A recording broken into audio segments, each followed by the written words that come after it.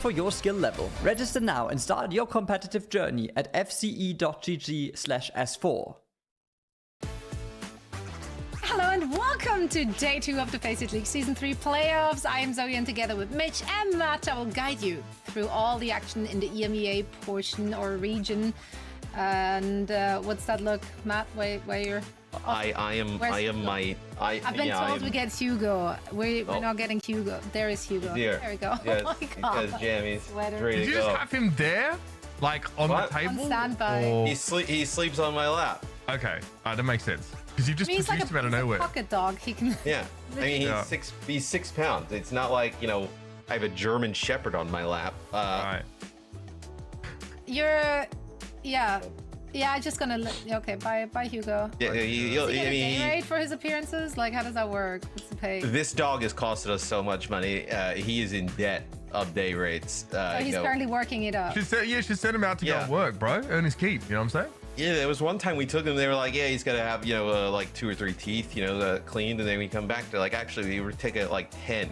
I was like, "Well, do I have to pay for all 10, or do I only pay for the 6?" No, mate. Surely you 10. have dog insurance, mate. In this great country of They America, don't, that they don't is have very the easy dog to insurance. They're like, "Oh, sorry, we don't cover that." You know, like that. I feel like my cats have better insurance than me. I'm not gonna lie. Go America. And on that note, how about some free stuff? Do you guys want drops? Because all you have to do is connect your FACEIT accounts to your Twitch account to earn points. I think there's over 500,000 points up for grabs this very weekend, which is a lot of points. And you can get not just cool Overwatch cosmetics for that. No, you can also get stuff like a laptop, Mitch. Yeah, there's like a ton of stuff there's a ton of stuff you can get in the FACEIT store, and it's often updated.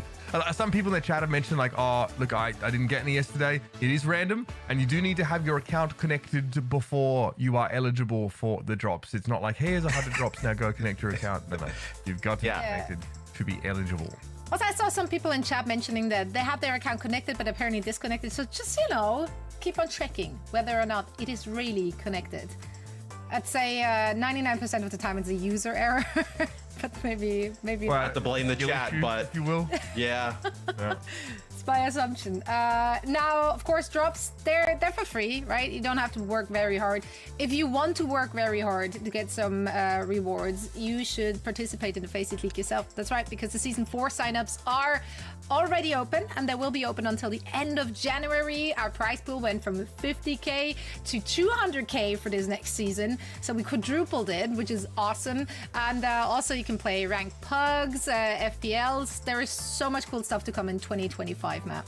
Yeah, it's a lot of stuff that I know if you've ever, you know, followed Counter-Strike and are big in that community, that community absolutely loves. So to bring that to Overwatch, just kind of like deepen the things that you can do within FACEIT with Overwatch 2, it's pretty awesome to see. I know FPL is something that a lot of people have been wanting, you know, like kind of almost like a solo, rank type system, and then also pugs, right? That was something that we've had ages ago, then we didn't have it. Now we have it back. Why didn't we have it? To see. Why did we not have it? Fun. I don't really remember. Correct. You know, That's Just so weird. disappeared. Yeah. like Men in Black, where they like wipe your memory, they hit the button. Like I don't really remember anything. I like that it's day, like some sort of shadow council came in and was like, no one in Overwatch should have fun. Alas, we're back and fun will be ahead, and 2025 is looking mighty bright and exciting. Other thing that really excites me is, of course, the bracket. So let's take a look at our EMEA bracket to see where we're standing. After just 1 day of play, we already had to send 2 teams home, and a sudden competitor emerged here as well into the upper bracket final areas. Did not have them on my bingo card. Vision Esports really impressed with the addition of Top Dragon and Donghun. They really made their presence felt. I mean, not only are those 2 results like surprising, they would have been surprising if they were like 3-2s, right? But it's like a 3-1 and a 3-0. Those are like kind of blowouts. So that'll be really fascinating to see that match. I was really impressed with what we saw yesterday from Vision Esports. I mean, yeah, we probably should have. I don't know. I probably should have given them a little bit more credit. I think you guys actually gave them a map against Virtus.pro in your predictions. Yeah. I did not. That series ended up being, I think the most impressive part for me was the lesser known players, that sort of Saudi Arabian core from that team that really turned up. They've been competing domestically, looked pretty good over there, but didn't think they'd match up against VP, who frankly don't look to be quite flexible enough to succeed in this very early stage of the metagame. Yeah, now we're looking at our lower bracket here in the EMEA region. As I said, 2 teams already went home. We said goodbye to Gas Tier 3, not Job, and Quick Esports. Team Peps did the Peps thing, so they advanced. Now they have to go up against Virtus.pro, so that's going to be a tall order, even though Virtus.pro fumbled and dropped the spaghetti yesterday. Wasp and Ex-Oblivioni, this ought to be a good one. Wasp, of course, impressed us all with some phenomenal ball play yesterday and an absolute banger of a 5-map series.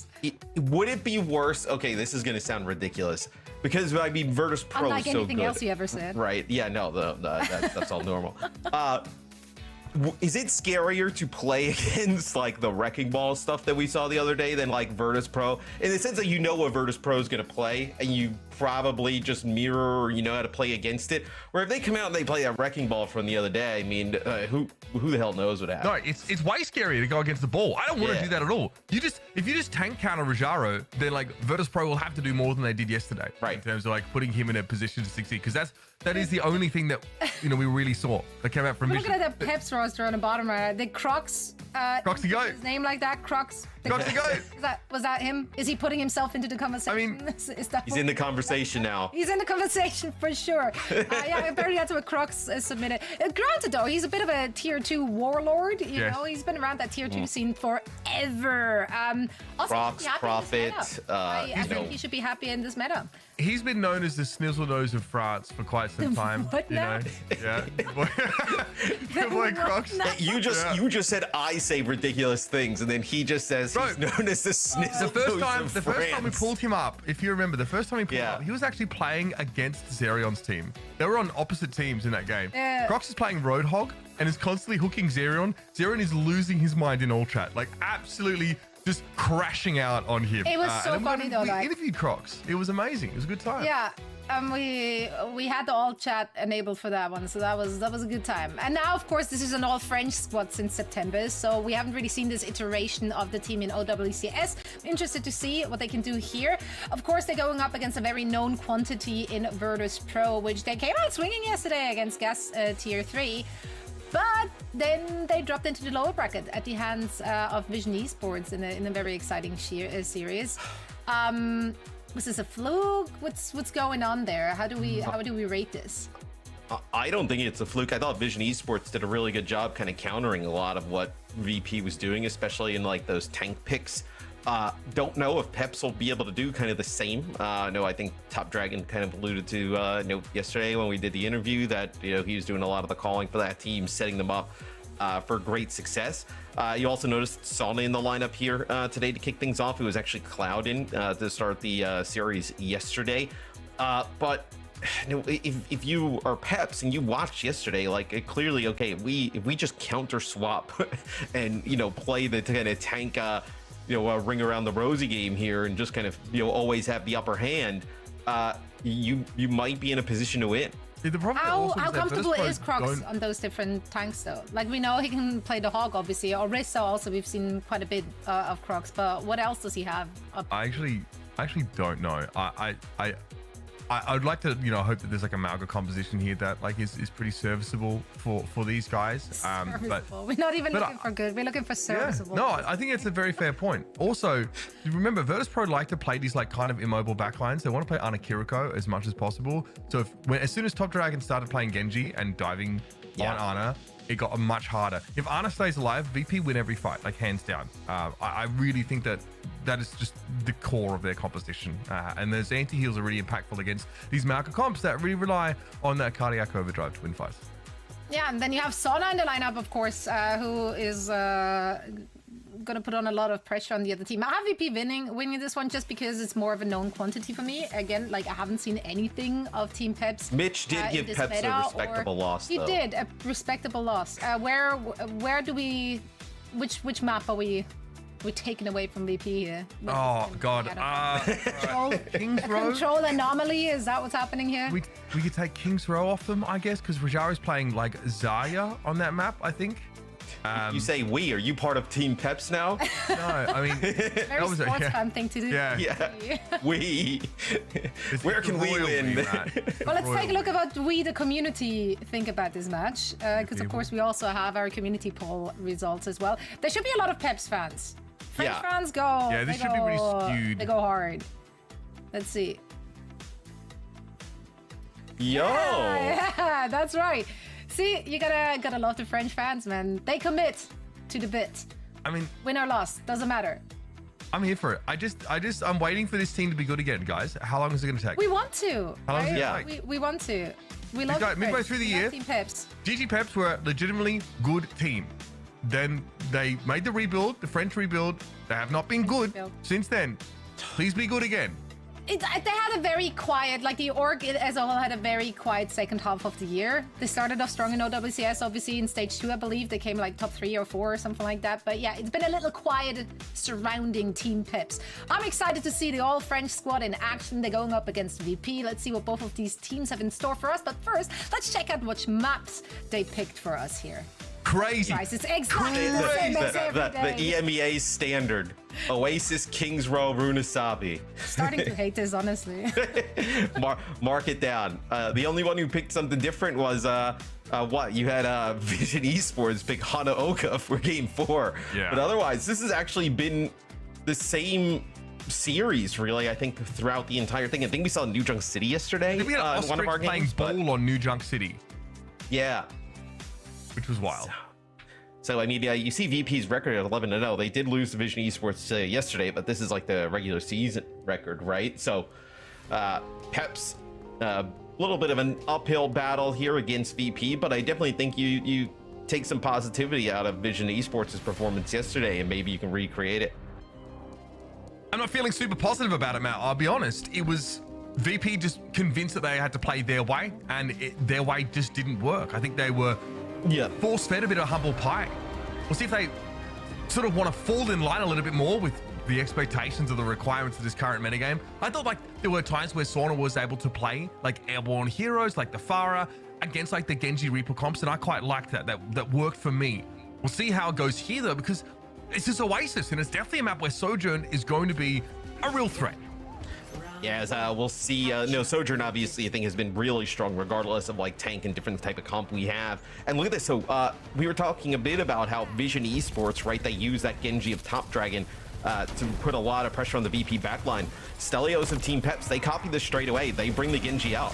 Yeah, big damage Gala on the Lucio actually, and staying on that for this game. So it's going to be Lucio Kiriko going up against that Lucio Juno. Sort of gets a ton of value. Everyone is so pumped up as it's actually VP that get pushed into by Peps.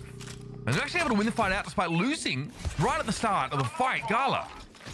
Yeah, and I mean, I think this Peps comp can definitely work. I am curious why both teams end up kind of bringing out the Lucio, right? We've seen Lucio kind of just disappear off the face of the earth in terms of play rate as actually Peps comes in, flips the point back. Where now you're starting to see some teams experiment with Lucio and Juno. It's a little bit low on terms of like healing output, right? But very high in terms of mobility. Stelios is everywhere right now. Shockwave just got a little bit caught out there, but extended at least to get the elimination on pack. So that's the Sojourns out of the picture here. Croc's a little low now. Outside of that cardiac overdrive is getting chunked down as Sorta really just tries to use the map to avoid some of this incoming damage. Love that. Sorta though realized the Stelios is low health going up to the high ground. So focusing beam already laid in place for them. And Gala's having a good game as well. This Lucio working out for them. And this is the kind of map where you might have seen them on a pretty different look yesterday. Stelios is behind enemy lines for what feels like forever, right? And then eventually not able to make it back towards any of the healing, just gonna get worked down with that focusing beam up on the high ground as VP flips the point back. You have this Kitsune rush you play aggressive with as Cross he's dead. I mean, he just kind of barrels right into the focusing beam there. No way you're going to be able to live through that. They don't even need to use the Kitsune rush here. So VP's going to back up a little bit, have everything to work with. But over peaking, I think, with Malgar is a pretty dangerous prospect anyway. But you're going up against Echo, and you're going up against Junker Queen, someone who can yank you back out to the open and to, for example, make you subject to the focusing beam for a longer duration. So you've got to be so careful about how much damage you take if you're in Crox's position. A lot of damage going down towards the Peps direction. Now a Shockwave comes in with the overclock. It's going to be Sauna, though, taken down by a half-baked railgun. It's enough to deal with the Echo, though, as Crocs has to try and charge away. Shockwave got a Suzu there to kick them in the fight. We've got both support ultimates up here for Virtus.pro. Peps have actually used their orbital ray here, and a sound barrier finally committed to the fight by Gala. It's a rampage that catches onto 3, but Peps have the antidote in that sound barrier. Keeps them healthy, while that anti-heal ticks down, and now that's been removed. Stelios has a blade, but there's no reason to make use of it right now, and Crocs is completely isolated, throws up the cage here, but eventually gets brought down. Stelios really has to make a difference in this fight with the blade now. Looks like he's lost that window. Zerion at least is able to find Sauna, though, able to play in a similar axis as the Echo to bring them down. Can you keep this contested, though, if you're VP, right? You still have Canal and Gala here. You can have this Tracer switch over for Sauna as they still control the point. Even though Pack is getting some kills at range, you still have these squishies on the point here for VP as they get it into OT. Shockwave very pleased after the melee kill on Stelios there. It's going to be 32% though for Peps as they come into this fight. Now both teams obviously make use of all of their ultimates. It's a long fight. It's an extremely chaotic one. Crucially though, it's Rojaro's rampage that is nullified by Team Peps' sound barrier, even though Crocs got caught out of position. The Orisa switch up here for Crocs now. Probably a little bit mindful of just how squishy Malga can feel sometimes if you overpeak. Orisa always has a get out of jail free card. Holding high ground here though, Mitch, for Peps is really good, right? You set Pack up in a great position. There's no ultimates available. And somehow Rajaro, I mean, that's most supports got. I mean, that's crazy. VP on low ground, able to push up, get both supports right away. Yeah, it might have been a positioning issue there for Zerial and Gogo. It's sort of unclear from what we see there, but they get picked off first, and that is absolutely going to be the round tied up here by Virtus.pro. And man, they get a chance there too, right? You get high ground, you got like almost 70% on the point. No ultimates, you win that fight, you build up some, you come back, you win that next fight, the round's over, right? Where Peps may have given up a little bit of a good opportunity there to be able to win it. And I'm curious whether they stay with this Orisa or not, right? The running the Malga against the Queen at the start, that's something we saw in Stockholm that we were talking about, where teams who maybe didn't feel as confident on the Malga would end up going towards Queen setups. Where now you actually see Peps going back to the Malga, so figuring maybe they can just actually beat the Queen with a kind of traditional Malga setup. Yeah, switch up to the Orisa came perhaps a little bit late in the day. Crocs, though, when they did use their cage fight, they were just out of position. I think they ended up using it to try and maybe even buy some time for the rest of Peps to get there and help them out. Either way, it was just an awkward engagement, and I'm pretty sure speed boost plus commanding shaft of Virtus.pro was what allowed them to catch the Pep supports off guard at the end of that last fight. That little speed boost is a big deal. We have a Tracer battle here between Stelios and Sauna, switching off that Echo. Definitely starting to respect, I think, Pack just being a bit of a nuisance there on that Sojourn. Good damage here for Sauna, but health back will be lapped up by Stelios. A recall used by Sauna here, and Stelios is low enough to have to return to the rest of their team. But elsewhere, fight starts to break down for Virtus.pro. They've lost Rojaro, and Sauna ultimately loses the Tracer battle. I feel like the Tracer duel here is actually probably a little bit better for Peps. Not that, like, you know, Stelios kind of outperforms Sauna, right? But the fact that you just get the Echo away, right? The Echo is so good at focusing down Malga, you know, being able to just burn him down with that focusing beam. Not having that big burst damage to take out the Malga, I feel like is a win for Peps, right? Even if you end up losing the Tracer battle or having it about even, I still feel like overall comp-wise, this is a better situation for them. And I think we were talking about this yesterday. It was the Virtus.pro, their insistence on, you know, playing this Queen comp. You know, Sauna could go and play the Echo, but probably is definitely concerned about Sojourn. So you try and play something that's less susceptible to Sojourn, but now you don't have a silver bullet to deal with Malga. And, you know, there's no guarantee that outside of Rampage, can Rojaro actually beat Crocs? Or do you have a better comp? Like, you might not. Rojaro very low here. Canal, though, yeah, would like to have gone to heal Rojaro, but would have taken too big a risk to cross that open space to do so. Well, we saw Sauna play the Echo in the previous round as Crocs goes a little bit far there, you know, trying to pick up some kills in the spawn. That's actually Shockwave using the overclock in the spawn. Sauna going to switch to Widow, see if he can get an exit. We saw them actually run the Echo last round. I think it's just because it's a little bit easier to kind of get towards the point. Like, the Echo here floats pretty slow, right? Trying to go around that, like, center platform and even kind of entering in. Yeah, it's a little bit too open. So maybe just kind of the point forces that Tracer is, you know, off of just Crocs going into the spawn, VP actually able to get on and flip. Okay, that was pretty absurd. It's just one kill. I think Stelios got picked off by the switch to the Widow briefly by Sauna and then back. Sauna's able to win that Tracer duel out this time, but Pack has an overclock. It's already a target-rich environment here, but Rojaro subjects themselves to the brunt of that damage. It's going to require a sound barrier here from Gala. Peps will reciprocate, though, as Stelios is going to be returning to the fight momentarily with a pulse bomb. Sauna, though, has dealt with Pack. Zerion now a little bit exposed out in the open. Sauna virtually able to get rid of them, but they recall into a cage fight. That is not ideal. Gala, though, able to save the day, eventually gets that kill on Zerion. Peps obviously have that lead at 69. And Virtus.pro with that little flip, they never actually end up giving the point. Yeah, no, you don't actually get the point back there for Peps, is even though a few kills kind of go down, is Pack doing a nice job sliding into the sound barrier, making sure he gets the benefit for Peps. A little bit unlucky there for Sauna to actually TP, use the recall right into the cage fight. And now you'll have Crocs actually, they'll mirror the Queen here. So we'll actually get just about a mirror matchup, just no Curie on the side of Peps, and that's a big rampage. Yeah, I love that. I mean, again, that's something that Peps can't counter. They don't have the Kiriko, so they don't have a Suzu. That anti-heal is going to stick, and Rojaro just sees both supports of Peps lined up. Zerion switching now over towards the Kiriko. I think they realize they probably need a way to stop that if it comes up again. Also, decent against Pulse Bomb, if that is going to be an issue. So we have Kiriko, Lucio, and backline. So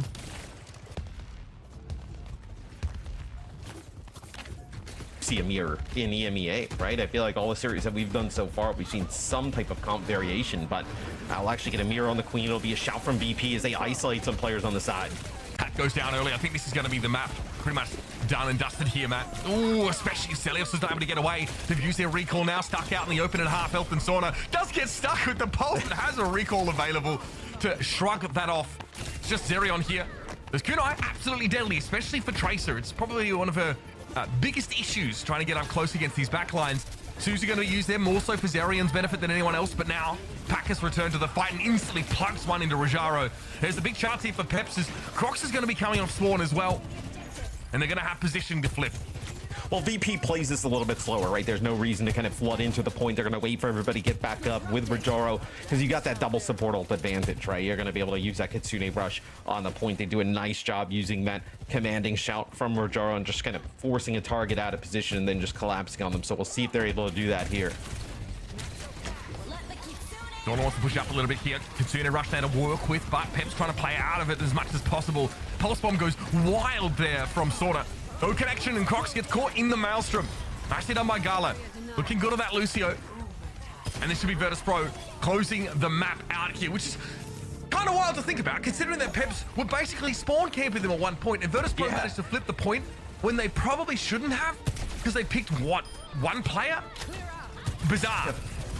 What an odd map. Here's a Wrecking Ball from Crocs. Yeah, don't know how.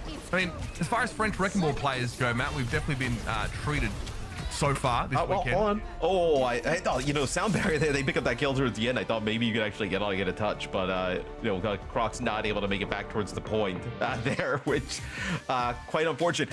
Look, good map for VP. I also think it's a really good sign for VP that they're trying to mirror the Queen, right? That they don't feel confident in being able to beat it with a Mog or beat it with an Arisa or something like that. We saw from Vision Esports yesterday.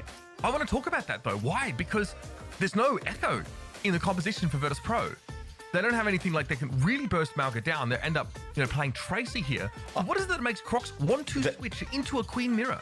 And they look totally fine, right? Until they just kind of pushed up a little bit too far, right? Got caught out in the spawn. It didn't really seem like there was much of like an incentive to swap, right? As you see, that was a pick from Stana on Estelios, and then also they had lost Crocs a little bit earlier. So they lose those two players and they end up giving the point back. But yeah, I think it's a reasonable point, right? Like there wasn't really a huge need or like incentive to really swap. Like I think they should have at least, hey, let's give it a map, right? Playing this like Maga into it. Let's see if we can actually beat it. They looked good on the second point for a very long time. They just kind of had an unfortunate slip up, pushing a little bit too far. Curious what we see now going into King's Row. Yeah, I find that very interesting. I mean, we saw King's Row, we saw basically just Zaya played, and it was actually Vision against Virtus.pro who started playing Diva. Which, to shut down Farah. And also to put pressure on like that Ana-based backline here, because on defense, I think VP do like to try and play the Ana. But if you have like Stelios, for example, who can play Genji, go up there, maybe rattle a cage a little bit, makes it a little bit harder to get away with that style. Yeah, I wonder if it's like an issue because obviously Malga is very high health, but he's had less of that armor now, more of that just HP by proportion. When you tug Malga out into the open, if they don't have cardiac overdrive and they're like half health, they will die instantly. So I don't know if it's that or something else, or maybe it's like, yo, Rampage is going to ruin us if we have to fight against this. But then, yeah, I mean, Malga still seems pretty strong. It's not like the hero is kind of like dead in terms of, you know, balance or just with the update. I think he's still extremely strong. I think they probably bring a Risa and Queen a little bit closer in terms of like his play rate and like where they can kind of maybe kind of go toe to toe with Malga. But I still think an extremely viable, good tank. We've seen less impact of like orbital ray at least through the first 2 days, like from the Junos, and I think you start to see a little bit more teams experimenting with not having the Juno in the mix. Yeah, as powerful as it is, you know, it could also be a question of like that. We talked about the DPS passive being elongated in length. I mean, it was like a 50% increase to duration, so it's worth little FD God here coming in. Okay, so FD God coming in for Go for Peps, no changes for VP. So just kind of continue to move on. And oh, look at that! Well, somebody's Bullskunk streaming the Wasp versus Ex Oblivione match. So make sure to check that out. Open up another tab. I like Bullskunk. They've been on the grind, sort of broadcasting a lot of FACEIT matches over the course of this year. So head out over to his stream if you want to see what's going on with the other game. You can have 2 tabs open. Yeah, you can do that. You might even have 2 monitors. You have one on each. 2 monitors? You know, if you're watching on TV, you could have one on your phone, one on the TV. I mean, you do both. Heading into Kings Row here. Israel in the chat asked if today's the last day. No, we're back tomorrow with our finals. So get hyped for that.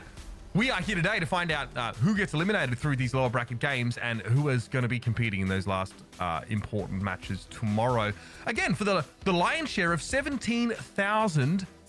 I'm going to say dollars. Yeah. Even though this is EMEA. Conversion rate, you know, maybe not super favorable for that currency, but pretty sure that's what it is. 7.5K for the winning team. So yeah, you can upgrade your Christmas game, going to your family, you know, with that money. You can do some cool stuff. You know, I know that's like probably half of your Christmas budget, but yeah, for sure. So on the window here just to see what there is to see. Pack also, I think, is observing. They're observing their souvenir, so they can see around the little pizza souvenir there from Pack through the wall. Little pizza third-person peek. Yep, respect that. Because, yeah, I mean, better than emoting, I guess, is what some heroes would do to try and see that. A little bit of techers. So if you're make sure you don't walk out into a widow. If you're Peps, you definitely saw all these comps yesterday, right? So, you know, the coaching staff and whatnot can come up with what they want to go against it. I think the Mog is still pretty good against Zarya. Yesterday we saw a wild comp, right? Playing opting to play the D.Va into the Zarya as they get the Mog low, force them all the way back. This is not the VP comp from yesterday at all. They're actually playing Sorn on Genji. Oh yeah, they're playing this one on the Genji, yeah, instead of the And they're playing Lucio Kiriko. So, really different, actually. Looks like Virtus.pro probably had some very teachable moments yesterday. When they came away and decided there's probably a better way to be doing this. So, I like this comp. This one feels a bit more standardized. Still, you know, requires the Zarya, which is totally fine. I think the bubble is amazing to set Genji up to build quick blades and play more aggressively towards the back line. And it's worked beautifully for this first point. I mean, for Vision Esports yesterday, I think, I mean, Top Dragon's obviously a tremendous Genji, but had a lot of success on the hero. Even kind of talked about it in the post game, right? About how strong he felt the Genji was. Now we're gonna have the Reinhardt in the mix. Okay, we saw this for like a brief moment the other day. And I say brief because it was extremely brief. Is after he got kill Sona up on the high ground, so that's quite and then dies. You can get the Rhine, Then just I mean, look, you know, sometimes it's good, sometimes it's not. Right there, you get a little bit of both. Very charged up though is Rajaro. Crocs has to respect this amount of damage. Now the Kitsune Rush things have gotten a bit awkward because Peps was really trying to push in to Virtus.pro. However, 100 charge Zarya, pretty scary. The Reinhardt pick into it is fine, right? You can take space against Zarya. You're not accidentally giving a bubble charge. It doesn't do much to your shield. So you can sort of, you know, push up into her. I think by and large considered a pretty effective pick against her, but that fight from Pep's positioning was pretty awkward. And I think VP, like you mentioned, like still with the Zarya, but making some adjustments. I think they just play it way faster, right? So Stelios comes around the corner, just a headshot on the canal. Even the sound barrier comes in late here for VP, maybe trying to still win this. Yeah, no, ugly. I mean, Orbital Ray comes out here, and Peps even able to hold on to the sound barrier, so big fan of that personally. Virtus.pro can't use it all there, and Stelios finding that free pick at the start of the fight is huge. Ultimate economy-wise, this is a massive boon for Team Peps. Yeah, they absolutely needed a fight like that, right? To be able to kind of like stop the bleeding, so to speak, as Croc's getting close to a shatter here, you know, using that 3P with the shield around the corner just to kind of gain some vision. And you still have the sound barrier here for potentially this blade that comes on through, right? But, you know, you have blade, you have Graviton. It's going to be a lot to try and lift yours. Croc's getting really low. Crocs might have to shatter inside grab here. We'll see how it goes. Sauna, oh my goodness, that went awfully for Sauna. That blade, not very good. FD God, of course, though, did use the beat, so you're able to force that out at least. Here comes Crocs. Why so low? Unreal. Pushing his shield to the very limit, but the healing came in when it had to. Zerion on FD God, keeping him top right on up. I was getting worried that we were going to see a little bit of a repeat of Oasis, right? Where he goes a little bit too far and ends up dying in the team. Oh my god! The Suzu comes in. It doesn't seem to actually pick VP up at all. So Crocs has knocked him to the ground. Now get caught in the grab, but there's no one left to follow up on it. Nice Maywall. That is nuts. Crocs eventually falls here. Yeah, crucial Maywall from Stelios, but not enough to save Team Peps here. That was a fraggy level shatter. Yeah, I mean, that's a little bit of a throwback there, you know, going on a flank. Croc's now going over to the Winston here, so I know Winston just to get a jump to the spawn, get a little bit closer. You still have this orbital ray, so you build up the orbital ray again, you can fight this. It'll be Shockwave actually from VP, who ends up using the overclock here, just trying to force them back a little bit, but that's going to be the orbital ray, and they get really aggressive on through it. They actually get Crocs for their troubles here, so even though VP are technically disengaging away from the orbital ray, they get the enemy main tank. Stelios here trying to get back up. It's going to have to be an ice block here. This is a bit awkward now as Virtus.pro have the tempo. Good wall, though. It's going to keep Sauna at bay here. And Peps have to bring Crocs back into the fight. Rajara has switched over towards the Ramatra here as well, by the way, but it might not matter. Pack has just ruined them with his overclock. Oh, that was actually going for sound barrier there and gets hit with the overclock and dies. Oh, that's the sound barrier down the drain there for VP. That is brutal. And this is a little bit of what we started to see yesterday, right? When the changes come in for VP, it's going to be changes here for Peps in terms of the tank roll, right? Both players now just kind of going back and forth. So Crocs actually probably saw the Ramatra, switched over to the Maga, then they go back to the spawn, they switch to the Queen. This is a matchup that VP is wanted. Yeah, and this is the game right now. Obviously, the attackers have priority in this regard because they have the chance to walk back up out of spawn. Crocs just, you know, can't scout out the fact that there's a Queen here and can't turn around. So generally, the attackers get the favorable tank matchup here just based on the way the game works. We'll see if it's really that bad for Crocs here. So that was the overdrive used. Crocs now low. Sound barrier comes out for FD God here, and it's pretty good timing. Shockwave caught out by the torpedoes of Zerion, and eventually Crocs has to capitulate. Sort of though with a big Death Blossom. Pax and FD God were on the front foot there and weren't ready for the Reaper. Saw a big problem on what I would consider their signature hero, you know, from yesteryear. Yeah, TP into the back alley there after the sound barrier used by FD got right to just keep Crocs alive. He just takes a ton of damage right off the rip. But Sauna with the late Death Blossom there ends up picking a few kills. Gets VP over the line. That was starting to get scary, especially after burning that sound barrier. Sauna now with another. Yeah, already 30% for the next Blossom. A lot of damage put down here. FD God, well, not getting away with that one. Sorry, bud. Virtus.pro at least have a Katsuna Rush to work with. It was Kanao actually got taken down in the front lines by Crocs of all people. And Peps haven't exercised their opportunity to switch their tank here for a more favorable matchup. Against the Queen, yeah, I don't know, like we saw Peps mirror it in the past. Zarya's been used, but Crocs is so close to his ult, he probably just wants to hold it, but it's double support ults for VP. Right, I was going to say, Crocs probably does want to change, but you're so close to this cage fight. I mean, cage fight plus Blizzard, right? It feels like you kind of have to get some value out of it. Yep, but look, I mean, the cage doesn't break up the sound barrier whatsoever. It is the Blizzard, though, that is really nasty. Sorta should be able to pick themselves back up, but that would have been a devastating fight for VP, with Shockwave not sitting comfortably up on the high ground. Crocs had nowhere to go. Shockwave cleans them up. Both Sojourns here showing just how powerful she is in this meta. TP there into the doorway for Sorta, potentially for a body block. Zerion, though, still able to get out as his FD goes, so there will be some stall here. Canale's a bit low. Death Blossom sort of tried to end things there, but Zerion ends it very quickly with a kunai to the head. Shockwave only finds one, but they're not in a position to actually push the card up. Avrajara needs to get in there and get his hands dirty. It's a Rampage catching on to Crocs. He will bleed out, and Stelios has to step onto the cart itself. Realizing, though, that out of spawn Pack was there, he steps back. It's going to be Zerion now. He needs to stall things out. Rajara versus 2, but here come the reinforcements. Virtus.pro and Shockwaves. Those railguns are not missing, folks. He is absolutely dishing it. 23 seconds left. Virtus.pro get the map done. They couldn't get any line of sight on Shockwave from the spawn, right? He is just putting railgun shots and the players coming out and contest. I tell you what, though, if he's not there in that position, that's probably Peps able to get some type of hold going, right? It felt like they were actually doing a decent job getting onto the payload, keeping it going for a while, but Shockwave just kept drilling them. So yeah, this is how this go down. Zero. Oh, okay. Darren gets caught. I'm not sure that was a Rage Axe. I think they might have been able to get it off here, but this is, yeah, Shockwave. Just that wall for Stelios is well placed, but it just comes a little bit too late to mitigate his impact. This is after Stelios gets the Rage Axe. I like that. DP.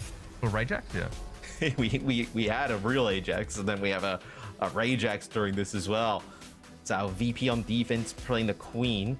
Interesting. I kind of agree with you. Like, I think Peps, they were showing that they wanted to change up things when they saw the Queen on the other side, and then they kind of, right, they're going to Reinhardt, they're doing all different types of stuff.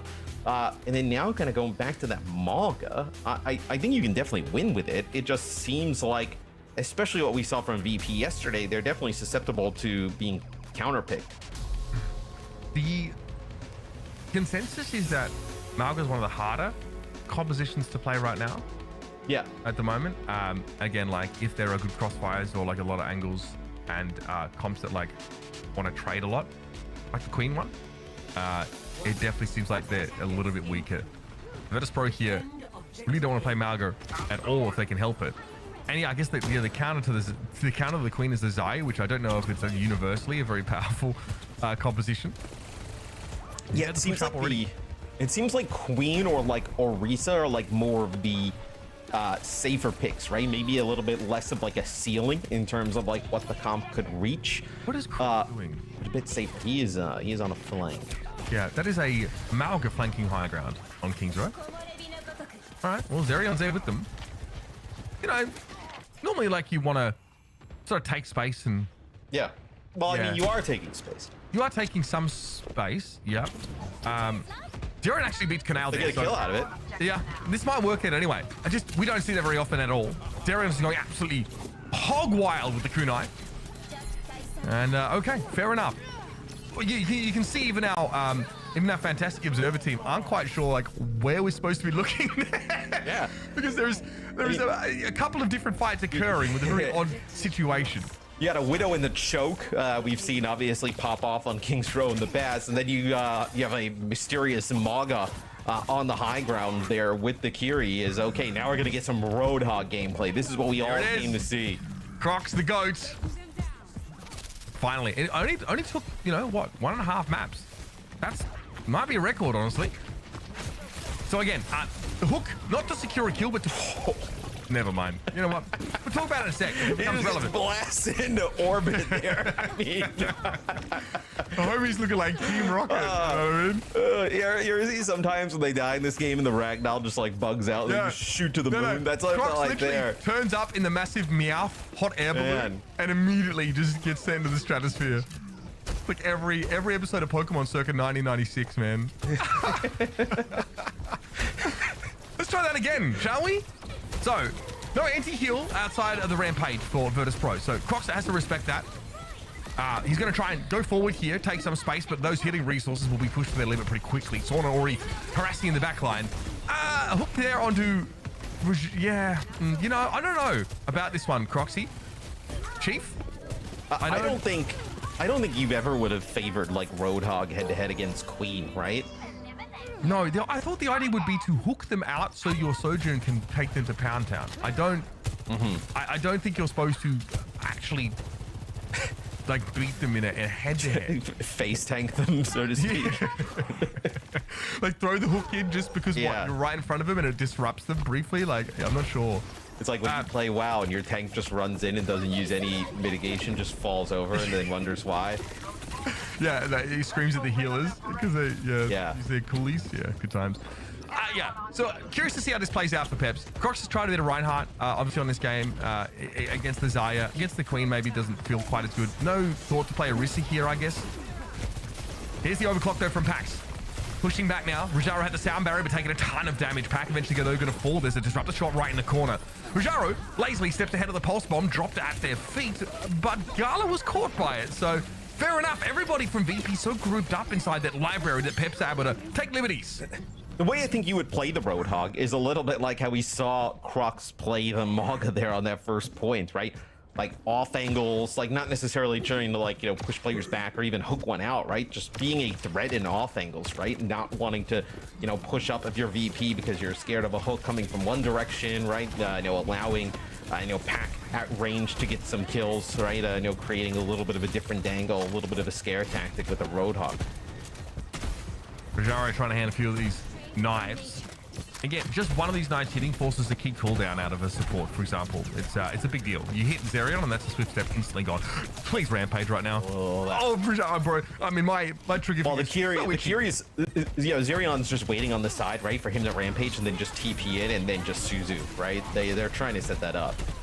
Okay, nice look on a Croxy. You've got to respect what the Hawk can do though now. So this Katsuna rush is likely just to get Virtus.pro out of the fight for the time being. Pretty effective ultimate. Suzu there was used though. Stelios actually gets taken down. It's a railgun headshot for Shockwave. I mean, that's just in the maelstrom of action here. That's just something you can't guarantee. Rajaro is playing really disciplined right now. There have been about 15 times that I would have smashed Q and just laughed maniacally. And maybe there's a case for that, but you can see Rajaro just waiting here until like Team Peps look like they have an advantage. Feels like he's definitely inherently favored. I can't believe we just saw a Roadhog trap kill. Please, Rampage! Okay, there it is. FD got caught out by it, but looks like a Suzu there from Zerion. Kind of canceled it out. Perfect is the enemy of good. Rajaro still able to catch FD God, but ends up being a trade. Sauna can't do anything about the Roadhog here, and Peps are positioned to take this checkpoint. Yeah, just about close to the checkpoint there, and they're going to get right over the line. So they're still trying to hunt Sauna down here up on the high ground. As Crocs going on a bit of a trip. So Rajaro now going to go over and play Orisa. So playing something a little bit different into the Roadhog, right? Orisa is great against Roadhog. Can interrupt the heal with a spear. Can kind of get him out of position with the javelins. Spin right there. So also just kind of putting down consistent damage, right? Just getting right in Roadhog's face. Yeah, I mean, this is great stick from Rajaro. This is definitely where you want to be. Oh my goodness, Gala, nice job with the sound barrier. There was so much damage going towards the front line of VP, but now they have the cooldowns. That was Peps just basically throwing everything at them. Great Suzu, great sound barrier for Virtus.pro. Keeps Rajaro alive, and they're ready to rumble now. Yeah, the Suzu keeps him alive through the pulse bomb that connects from Stelios, and then that sound barrier right after. Because he's still extremely low in terms of health, even before that stick kind of comes on through. So really nice plays from the supports on VP. Man, another headshot there, another railgun shot from Shockwave takes out both supports. They come out on a bit of a flank from that high ground. Yeah, Shockwave already getting a kill, I think, before they look to pop that overclock. So another huge fight from the Sojourn. I mean, if anyone I want on Sojourn, it's got to be Shockwave. What's also interesting about this series is, we obviously know Peps is a very talented team.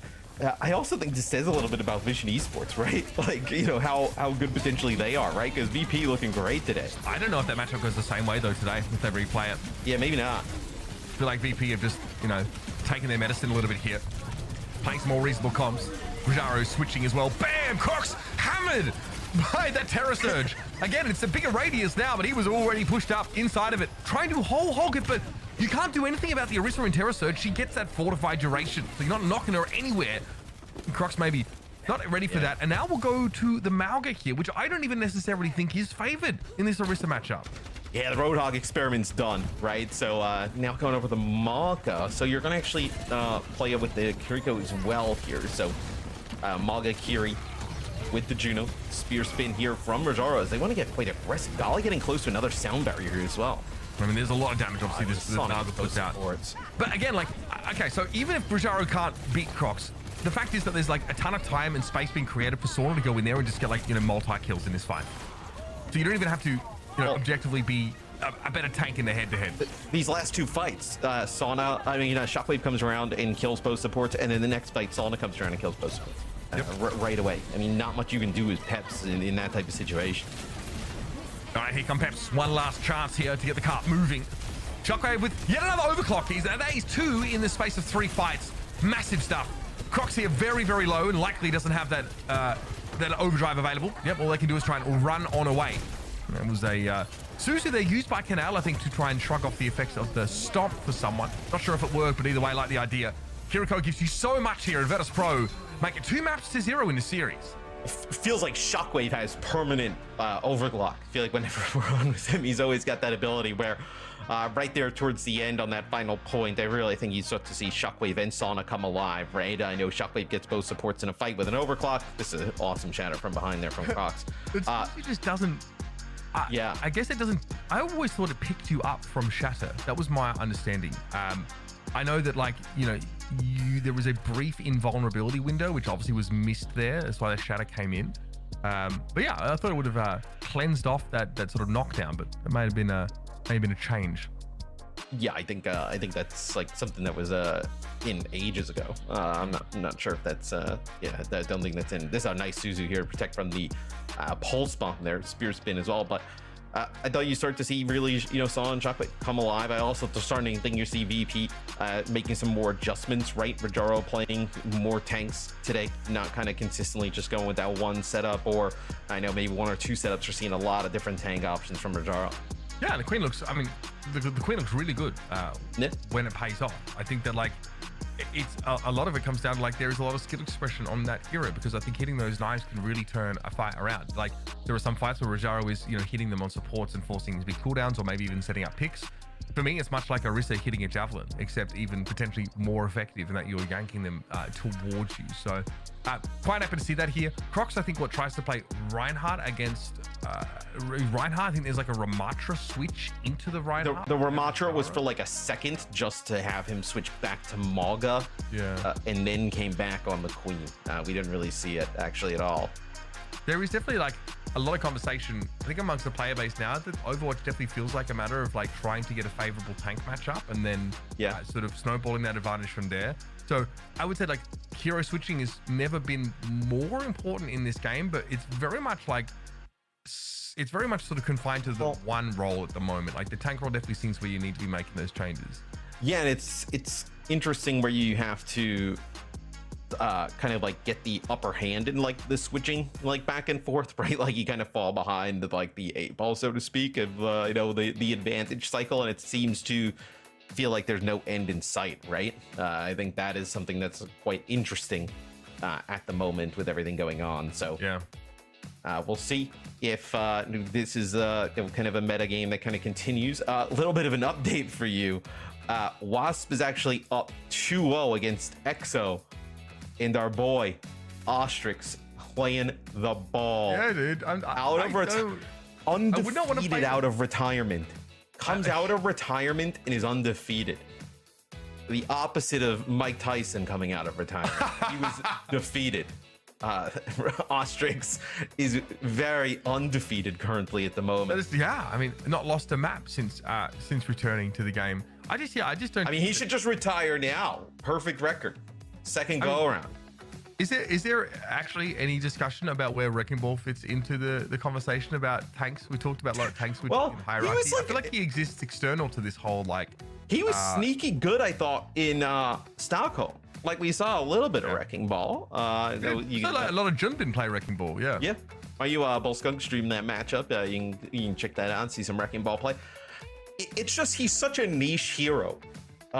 You're like a Wrecking Ball one trick, or you just kind of like casually play ball. I don't feel like there's like a middle ground, right? No, there isn't. I don't think there is. There's no one is just like moonlighting as a ball player. Yeah, it's a way of life at this point. Yeah, you're fully committed to the hero if that's like your kind of thing. Where a lot of teams don't have somebody that can play Wrecking Ball. But Wrecking Ball, when we saw, was pretty decent against like Mauga-based kind of compositions, right? His survivability is really good. If you can kind of use the movement and all the tech. involved with Wrecking Ball. But Runasampi, this is VP's pick. Chance to close this one out 3-0. Yeah, I mean, that was what I think you and Zoe had predicted that. Definitely felt like Virtus.pro would bounce back stronger than yesterday. I think, yeah, they've tidied up their compositions a lot. I mean, we talked a little bit about Rajaro maybe switching more. I do feel like Rajaro is being set up for success to a much greater degree. And we're seeing like a return to these Lucio Kiriko looks. Obviously, a lot of these maps are really favorable in the sense that, you know, I also want to point out, there was no nerf. There was no nerf to Juno recently in this last patch. I didn't think she was touched. Rajaro, behave yourself. Both teams having some fun in the spawn with our boy Hazard. Hugo was alerted that Hazard was in, so he woke up. He had to remind everybody. I've been enjoying some Hazard for sure. I think like realizing that he can mantle is definitely something like that you want to make good use of, because otherwise he doesn't feel as mobile. But as soon as you realize that, you can start to do some sort of cool stuff. Connor, the voice actor, he's awesome. I mean, he does a great job for Hazard. He actually thought that I should be the next hero, which I, you know, humbly agree with. And we'll see if that happens. I don't think it will. Okay. Yeah.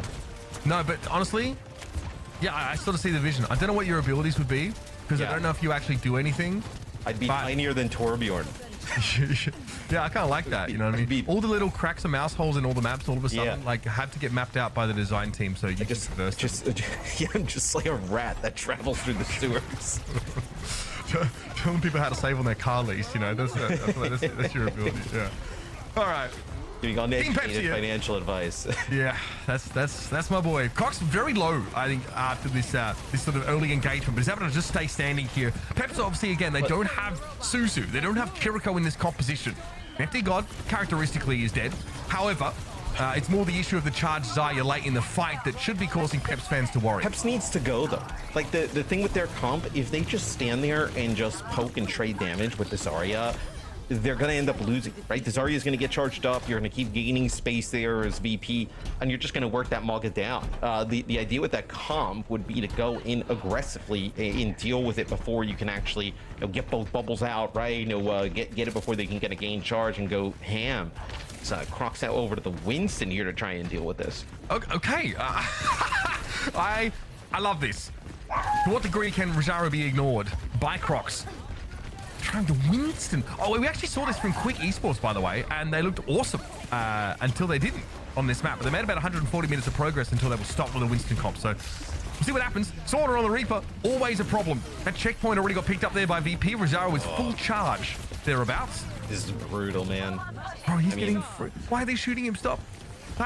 Stop shooting him, please. Rajaro's so charged up.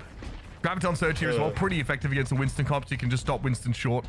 Well, you shoot him at range, right? If you're one of the DPS to get some damage stats, because it's not your face that gets pummeled in by the Zarya. That's it's true. Prox's, right? You need railgun charge, right? So it's not yours. So it's not your fault. Yeah, I'm pretty sure that's how wins. Dude, that's beat as well, man. Yeah. Oh, come on. This is absolutely horrendous. Oh. Peps are struggling. Yeah, ready to answer this. And this is just a snowball, right? It's not like this is not a massive spaghetti yeast necessarily. But Virtus.pro win that first fight so convincingly. They push up, and Rajaro is maintaining full charge in between the first and second fights. They build that grab. VP have 4 ultimates, by the way, to just throw in here. So this might be a very quick map. Xerion desperately just trying to throw in an orbital ray so they can contest the cart. Maybe get Crocs set up to do something about it. Both support ultimates now come out from VP. Kanale obviously layering that Kitsune rush a little bit later. Reaper inside the rush obviously is disgusting.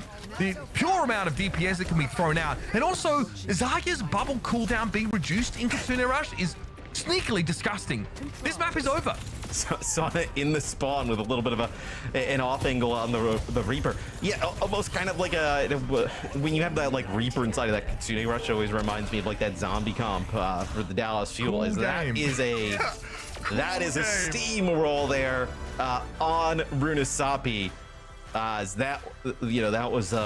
That one was not close. That was one of the faster Runasapis.